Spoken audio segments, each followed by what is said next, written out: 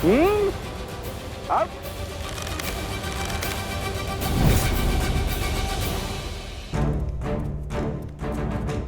कुश, ये यक्ष है, हम इन पर प्रहार नहीं कर सकते। पर ये हम पर प्रहार करने से चुकेंगे नहीं। परंतु मैंने ये भी नहीं कहा कि हम अपना बचाव भी नहीं कर सकते।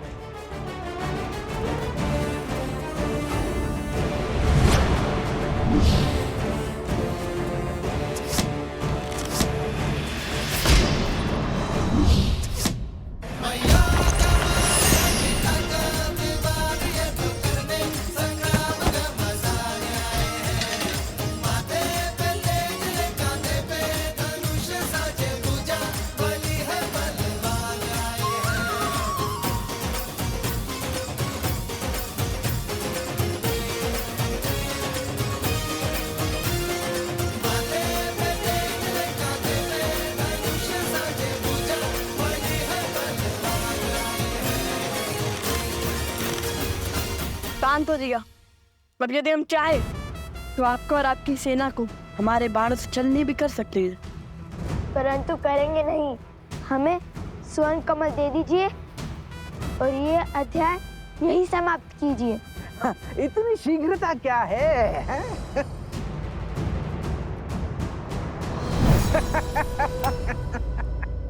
ओम ब्रह्मदेवाय नमः। ओम ब्रह्मदेवाय नमः। एक किरण जो अपने प्रकाश से उन्हें जीवन देती है, सोए हुए मन में ऊर्जा भरती है। सीते, आप मेरे वही सूर्य हैं, हमें एक होने से कोई नहीं रोक सकता।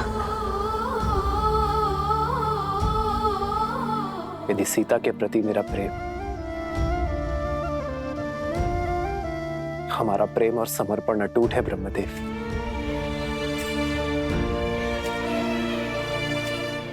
तो सीता की ये प्रतिमा जो मेरे लिए जीवंत है, संसार के लिए भी उसे प्राणवान कर दीजिए ब्रह्मदेव।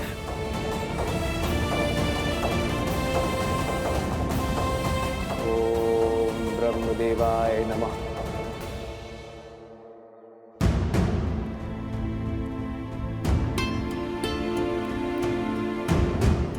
क्या हुआ वन देवी, कुछ चिंतित लग रही हैं आप?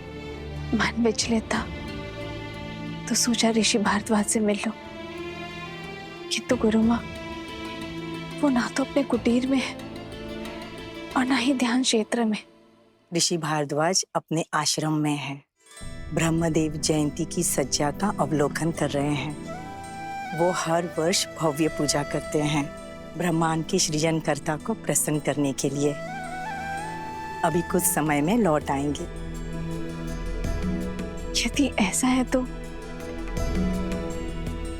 गुरु माँ, मुझे आज्ञा दीजिए, मैं जाके उनका मंदिर स्वच्छ कर देती हूँ।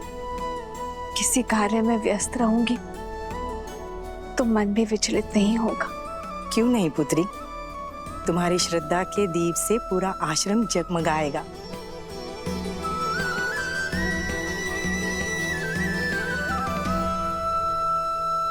आपने आपके सामर्थ्य का प्रमाण तो दे दिया, अब बारी है ज्ञान का प्रमाण देने की। बड़े हट्टी हैं आप यक्षराज। देते हैं अब अपने ज्ञान का प्रमाण। पूछिए, क्या पूछना है? तो मेरा पहला प्रश्न, वो कौन सी अनमोल वस्तु है जो व्यक्ति दूसरे को दे भी सकता है और देने के पश्चात वो वस्तु उसके पास रह भी जाती है?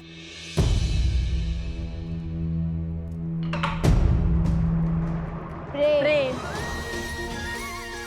प्रेम बांटने से घटता नहीं है, कभी कभी दुगना लौट कर भी आता है। अति उत्तम। अब दूसरा प्रश्न, साहसी व्यक्ति के लिए सबसे कठिन कार्य कौन सा होता है? कर्म करना या कर्म से बचना?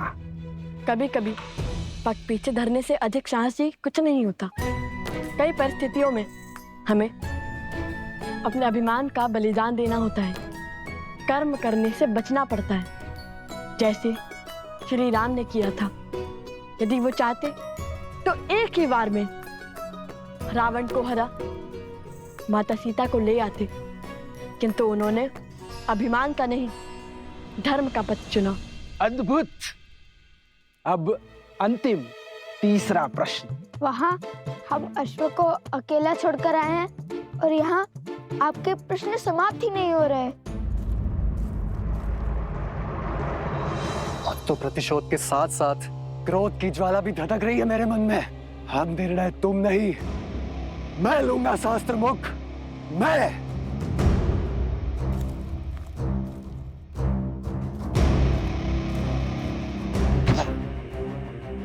इतने वर्षों में कुछ भी नहीं कर पाया वो शास्त्र मुख रावण, और तो और अपने ही पुत्रों के प्राण लील गया। जो स्वयं सफल ना हो सका वो मुझे क्या निर्देश देगा?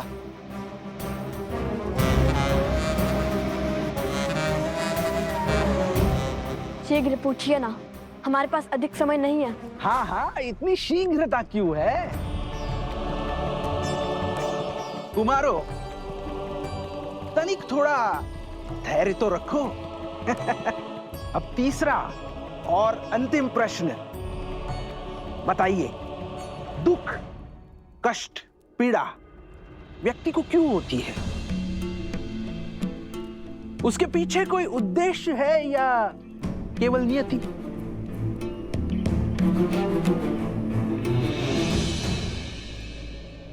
जिस प्रकार अग्नि इस बाती को जलाती है, किंतु इतना कष्ट सहने के बाद भी बाती अग्नि का साथ नहीं छोड़ती, उसी प्रकार श्रद्धा हृदय को पीड़ा तो दे सकती है, किंतु इसका अर्थ ये नहीं है कि तुम श्रद्धा का ही त्याग कर दो। पीड़ा, ये पीड़ा ही तो है जो आत्मा को ज्ञान का प्रकाश देती है। पीड़ा हमारे जीवन को साकार करती है, पीड़ा हमारे चरित्र को आकार देती है, कठिनाइयाँ और संघर्ष हमारे शिक्षक हैं। पीड़ा व्यक्ति के व्यक्तित्व को प्रकाशित करती है। ठीक उसी प्रकार जिस प्रकार बाती स्वयं जलकर अंधेरे कक्ष को जगमग करती है।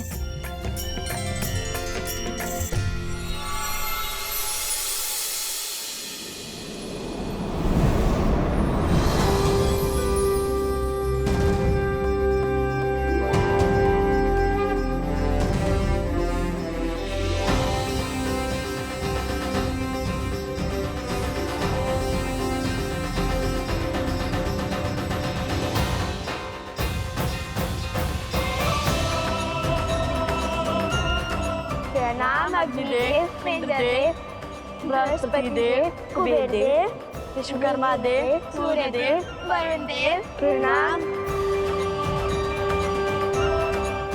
आयुष्मान भव पुत्र, आप दोनों अपनी परीक्षा में निपुण हुए और यह सिद्ध कर दिया कि आप दोनों केवल बल में ही नहीं अपितु बुद्धि से भी धनी हैं। हम ये देखना चाहते थे कि आप ये दुर्लभ स्वर्ण कमल पाने योग्य हैं भी या नहीं। अरे, फिर तो ये प्रश्न सबसे पहले पूछना चाहिए था यक्ष राज कुबेर जी को। हम उसी क्षण उत्तर दे देते, हमारा इतना समय तो व्यर्थ ना होता। जानते हैं कितना दायित्व है हमारे कंधों पर। तो अब हमें अपने भूल की भरपाई करनी होगी।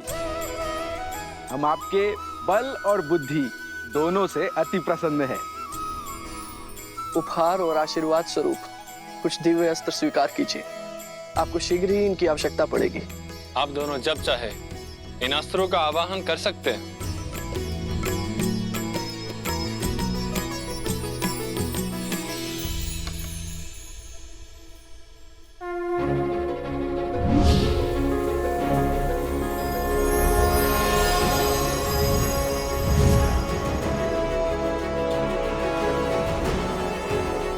मेरी ओर से मेघस्त्र और जलस्त्र स्वीकार करें। मेरी ओर से ये आयुधास्त्र स्वीकार कीजिए। और मैं देवराज इंद्र तुम्हें अग्नि भेदास्त्र प्रदान करता हूं।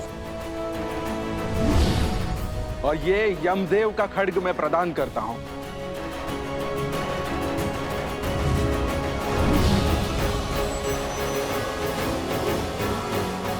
धन्यवाद देवतागण। हम आप सबको वचन देते हैं कि हम इन दिव्यास्त्रों का सदुपयोग ही करेंगे। और अब मेरी ओर से यह स्वर्ण कमल स्वीकार करे।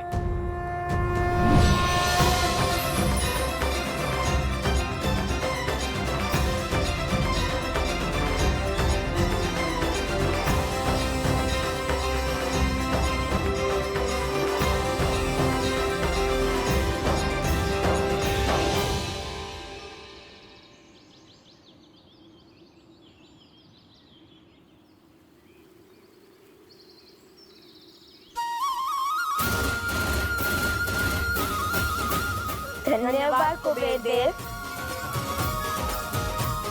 भैया, माता कितनी प्रसन्न होगी ना ये सुनकर कि हमने इतने सारे दिव्य अस्त्र पा लिए।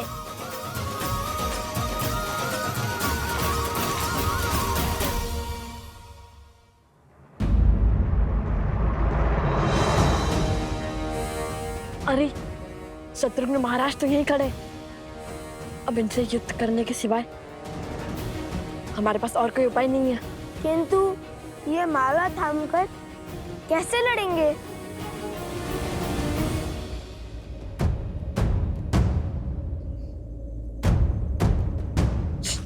धीरे बोलो, देखो हम ये देख नहीं पा रहे।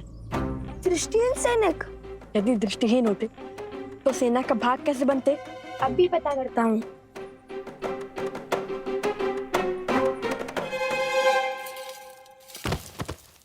कौन है वहां? तुम्हारा काल।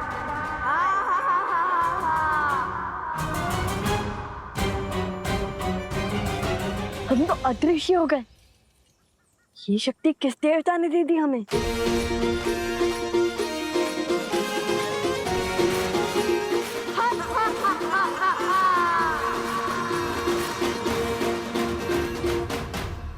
अयोध्या के सैनिकों को कायरता शोभा नहीं देती। माया का प्रयोग कर रहे हैं वो। अधिक देर तक नहीं बचेंगे वो। खोजिए उन्हें, यहीं कहीं छुपे होंगे वो।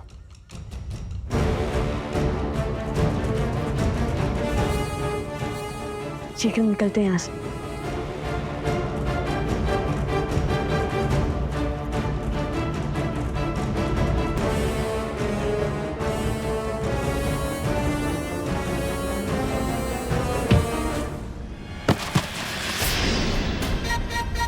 कौन है? कौन है वो?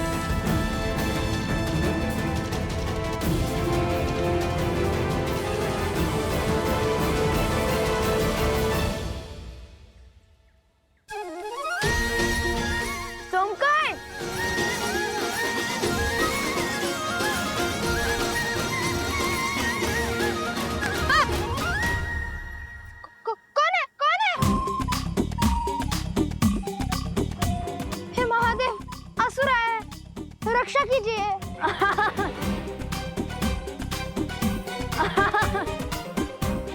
कुश, भ्राता लव? नहीं कुश, हम ही हैं सोमकरण। सच में? किंतु आप है कहाँ? हम तुम्हारे सामने हैं। हाँ, अरे हाँ, ये रहे। किंतु दिखाई क्यों नहीं दे रहे? ये कैसी माया? अरे सब बताएंगे, सब बताएंगे। किंतु अभी तुम अपना हाथ आगे करो और ये माला पकड़ो। बहुत भारी है, मैं थक गया हूँ।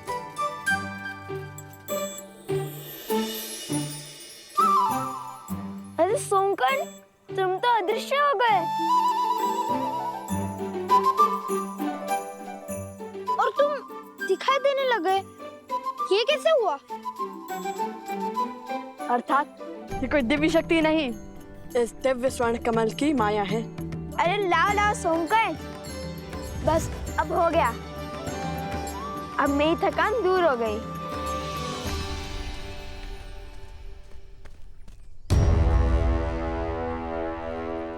अब तुम हमें स्वयं अश्वत्थ तक पहुंचाओगे। बस बहुत हुई प्रतीक्षा। मैं कोई पहरेदार नहीं हूं। मैं अभी इस अश्व को मारकर अश्वमेध का अंत कर दूंगा और असुरों के सर से धर्म की तलवार सदा के लिए हटा दूंगा।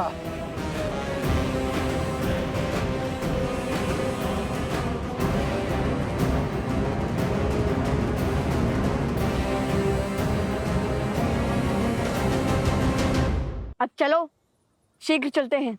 अश्व हमारी प्रतीक्षा कर रहा होगा। हाँ ठीक है भैया, चलिए चलते हैं। हम ये माला अश्व को पहना देंगे, किंतु माता को नहीं देंगे। यदि माता दृश्य हो गई तो?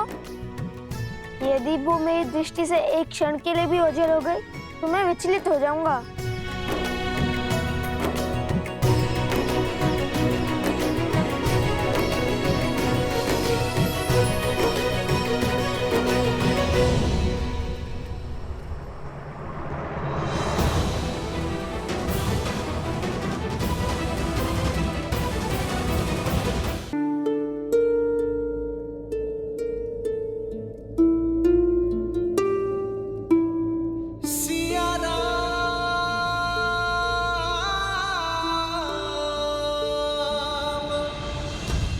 श्री राम ओम ब्रह्मदेवाय नमः।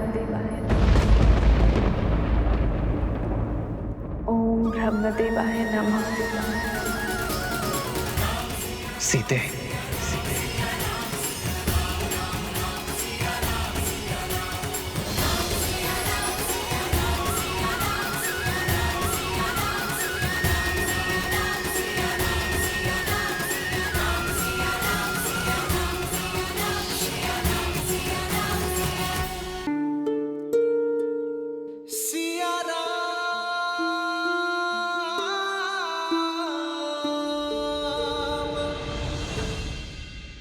देवी सीता,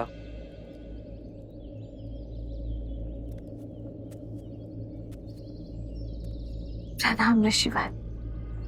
आयुष्मान भव। देवी, ये क्या? आपने तो इस स्थान की काया ही पलट दी। आपको कोटि कोटि आभार। मन की चिंता मिटाने के लिए तन को भक्ति में व्यस्त कर लिया। कैसी चिंता देवी? लवकुश की? उनकी सुरक्षा का वचन तो स्वयं तमसा माता ने दे दिया है, परंतु श्री राम, न जाने ऐसा क्यों लग रहा है मुझे ऋषिवर कि श्री राम विचलित है। देवी, आप दोनों दो शरीर एक प्राण हैं। एक दूसरे की मनोदशा बिना मिले, बिना देखे ही अनुभव कर लेते हैं। किंतु ध्यान रखिएगा, भोर खत्म होने से पहले रात्रि का अंधकार सबसे अधिक होता है। वैसे ही शुभ समय आने से पहले चिंताएं मन को घेर लेती हैं। और अब तो सभी चिंता के दूर होने का समय है। ये लीजिए ब्रह्मदेव का प्रसाद, इसे ग्रहण कीजिए। देवी, मैं आपको आश्वस्त करता हूं कि सृष्टि बनाने वाले आपकी समस्त चिंता का नाश अवश्य करेंगे।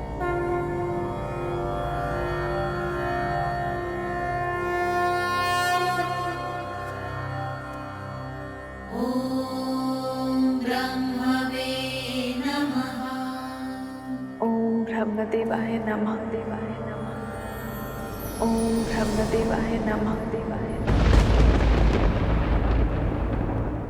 ओम ब्रह्मदेवाय नमः।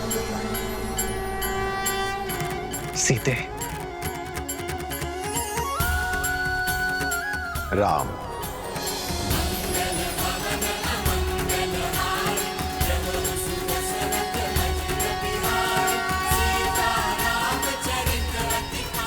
ब्रह्मदेव, तुम्हारा तप, मर्यादा धर्म को संसार में फैलाने की ललक अद्भुत। तुम्हारे जीवन की इस यात्रा में देवी सीता ने भी पूरा साथ दिया है। इसलिए मैंने इस सीता के पुतले को इतने प्राण दिए हैं, ये अश्व के लौटने और यज्ञ उत्पन्न विधि के संपूर्ण होने तक मंत्रो जाप कर सके। अभी अश्वमेध यज्ञ देवताओं को भी सहर्ष स्वीकार होगा और उनका आशीर्वाद तुम्हारे साथ है राम।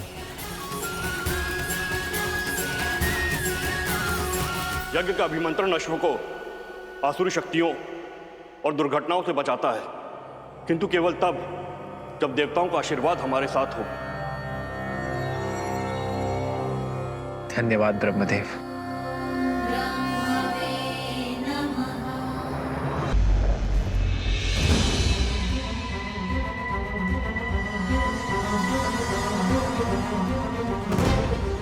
राम की हार और तुम्हारे नाश का समय आ गया अश्व।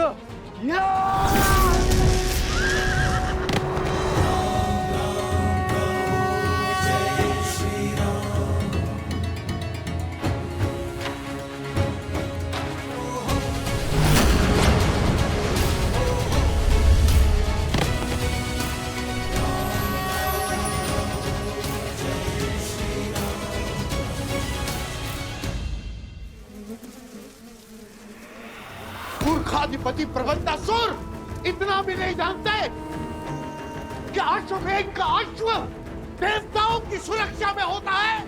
असुरों का संहार देवताओं और मनुष्यों के सामर्थ्य से नहीं, असुरों की मूर्खता से ही हो जाएगा।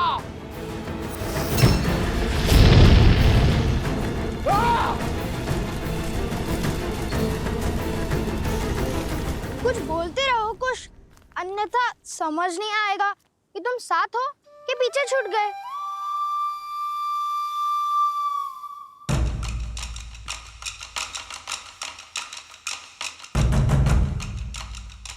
ऋषि कुमारों,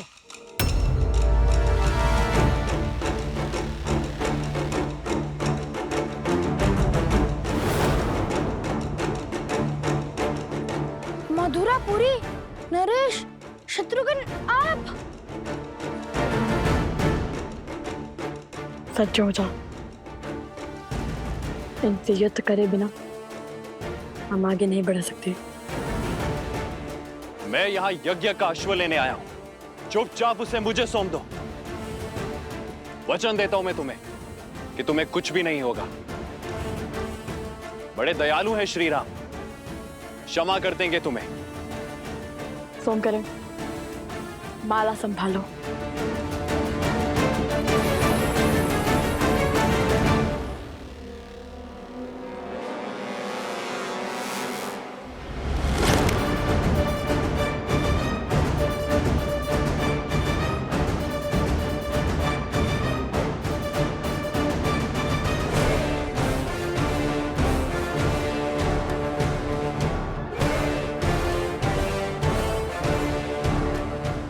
तो जानते हैं ना वो कौन है? वो कोई साधारण बालक नहीं है, वो अनमोल रत्न है, केवल मेरे लिए नहीं अपितु समस्त संसार के लिए।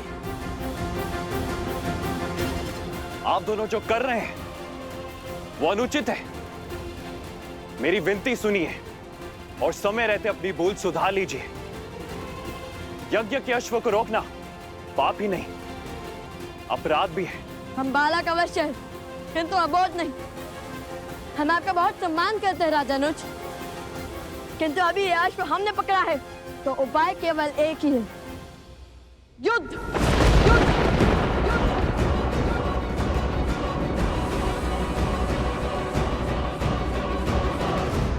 नीति शास्त्र कहते हैं कि व्यक्ति को स्वयं अपनी शक्ति, वास्तविकता से अधिक और दूसरों का प्रेम अपेक्षा से कम ही लगता है। यही भेद आप दोनों के साहस में छलक रहा है। अपनी शक्ति के अनेकों प्रमाण दे चुके हैं हम असुरों के विरुद्ध। मिथिला की प्रतियोगिता में पूरे संसार में अपने बल का डंका बजवा चुके हैं हम। और रही बात दूसरों की प्रेम की, तो हमें आपसे प्रेम की अपेक्षा नहीं है। यदि आप युद्ध से पहले हमें सुप्रभात कह देंगे तब भी हमारी आंखें भर आएंगी। देखिए, मेरे पास पूरी सेना है और आप दोनों बिल्कुल अकेले हैं। युद्ध शास्त्र कहता है कि सेना के सामने युद्ध करने का साहस तो महारथी को भी नहीं करना चाहिए। जैसे सर्पों के टोले में नागराज महाबली होकर भी नहीं जाता। नागराज भले ही ना जाए, गरुड़ या नेवले अकेले जाते हैं सर्पों की टोली में। स्वयं को क्या समझते हो, गरुड़ या नेवला? काल बेलिया जो सर्पों को अपनी बीन पर नचाते हैं। शस्त्र भी उठाएंगे या अयोध्या में केवल वाक युद्ध की प्रथा है? हम वो शत्रु नहीं जो आपकी निरर्थक बातों से ही मर जाए।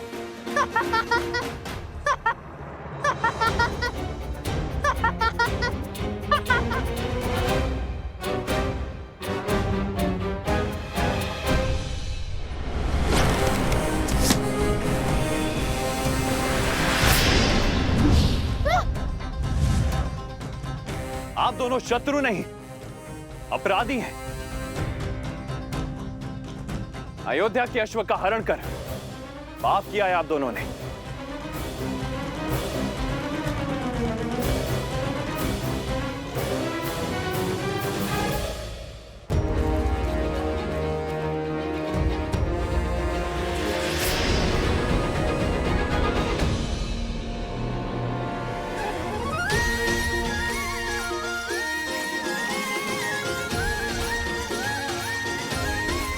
धन्यवाद मित्र सोमकर्ण।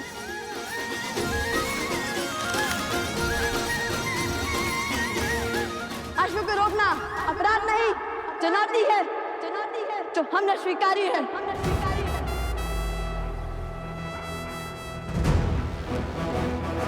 कुश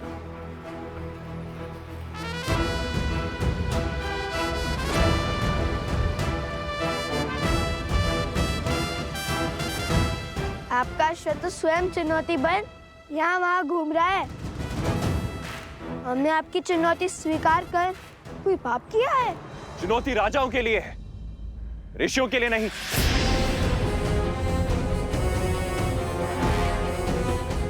क्या बताएंगे आप? कहां के राजा हैं आप? राजा ना होकर अश्व को रोकना अपराध की श्रेणी में ही आता है।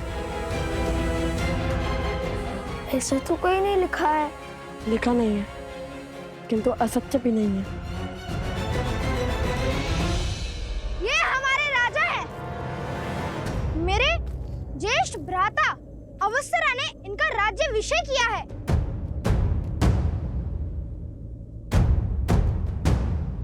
बताओ कहां के राजा हैं ये दोनों? कुछ अंतर पर एक गांव है जहाँ की प्रजा विचित्र रोग से ग्रसित है।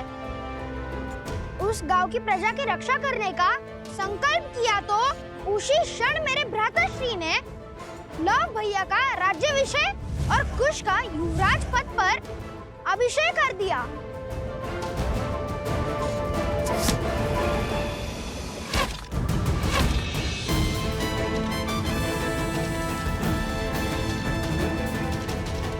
राजा नच, युद्ध में असावधान होना सबसे बड़ा अपराध है।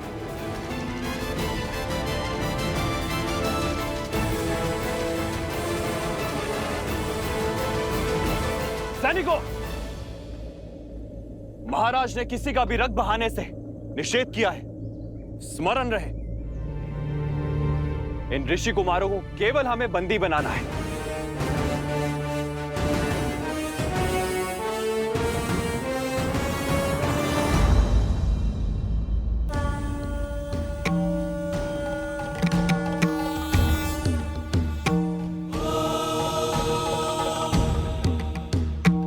वन देवी, नियति मोड़ ले रही है।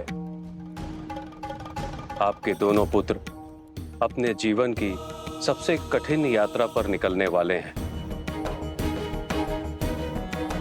मैं केवल आपको ये बताना चाहता हूं कि आपके दोनों पुत्र एक पूरी सेना के विरुद्ध लड़ाई लड़ रहे हैं। सेना?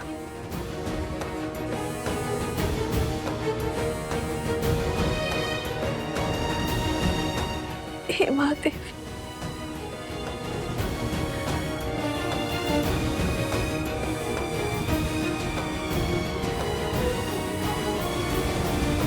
कैसा संकट है ऋषिवर, जिनके पिता अपने पुत्रों की रक्षा के लिए उपस्थित ना हो। अब उनकी रक्षा कौन करेगा? और वो माता कितनी दुर्भाग्यशाली है जो अपने पुत्रों की सहायता के लिए कुछ नहीं कर सकती।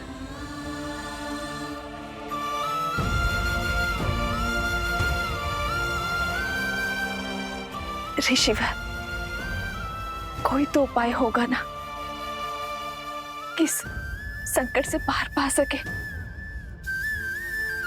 मैं अपने पुत्रों की रक्षा कर सकूं। बताइए गुरुवर।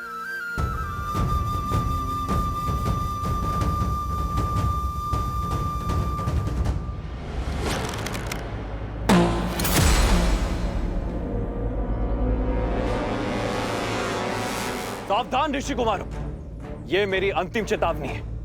अब अस्त्र उठाने से पहले ना वाद होगा ना विचार।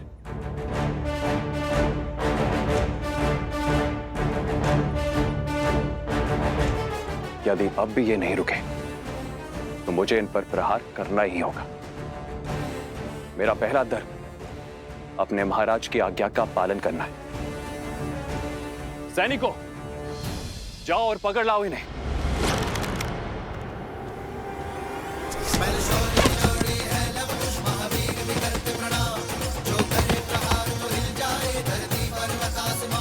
दिव्यास्त्र।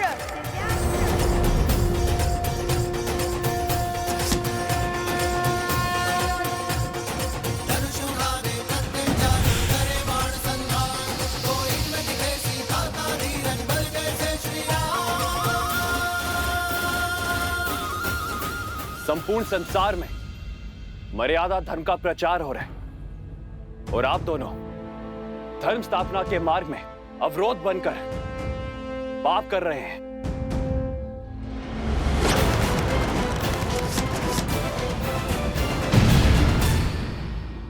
सुन रहे हैं भैया, राज अनिल शत्रुघ्न मर्यादा धर्म की बात कर रहे हैं।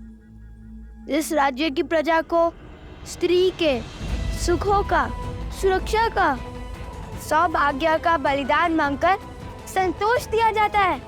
वहाँ कैसा राजधर्म?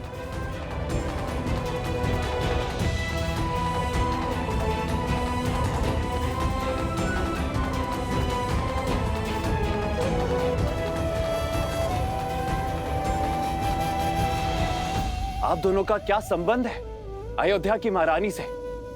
संबंध है भक्ति और भाव का संबंध। हमने राम कथा पढ़ी है, श्री राम और माता सीता की पूजा की है। और यदि हमारी माता के बाद कोई है जिसमें हमें ममता दिखती है तो वो माता सीता है। क्या रक्त के संबंध से श्रद्धा का संबंध अधिक महान नहीं होता?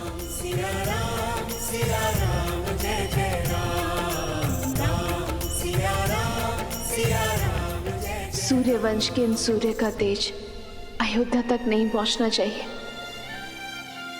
आप किसी से कुछ नहीं कहेंगे भैया।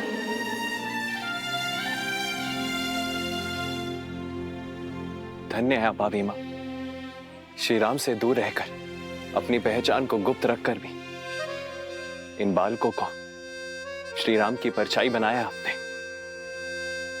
स्पष्ट है ये दिव्य बालक और कोई नहीं, आपके और भैया के ही पुत्र हैं। वेदों में कुछ ऐसे मंत्रों का विवरण है जिनका पाठ करने से स्वयं देवताओं को रक्षा करने के लिए बुलाया जा सकता है। आप उनका पाठ आरंभ करें और मुझे पूर्ण विश्वास है कि देवता आपकी सहायता अवश्य करेंगे।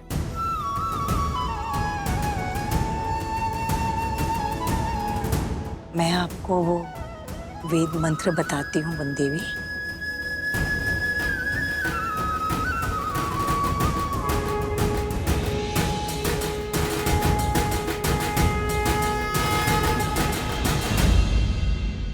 हे वरुण देव, उसकी शक्ति अपरंपार है। श्री राम के अयान का महत्वपूर्ण भाग रहे हैं आप, और आप मेरे पुत्रों को आपकी सहायता की आवश्यकता है।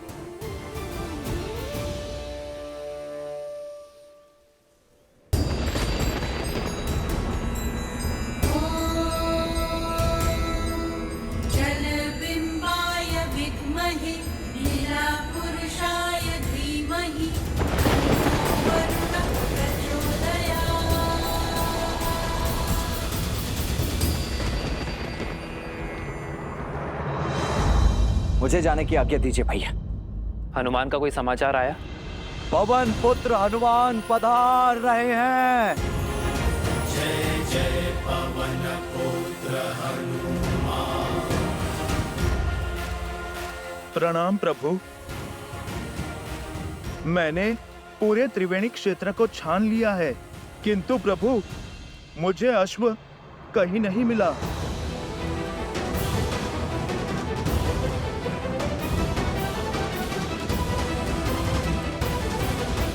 प्रभु शत्रुघ्न सेना ने भी अपना पथ बदल लिया है।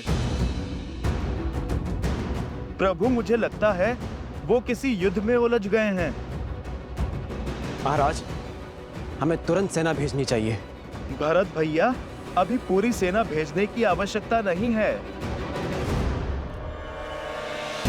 प्रभु, यदि आपकी आज्ञा हो तो मैं युद्ध में शत्रुघ्न भैया की सहायता के लिए जाऊं।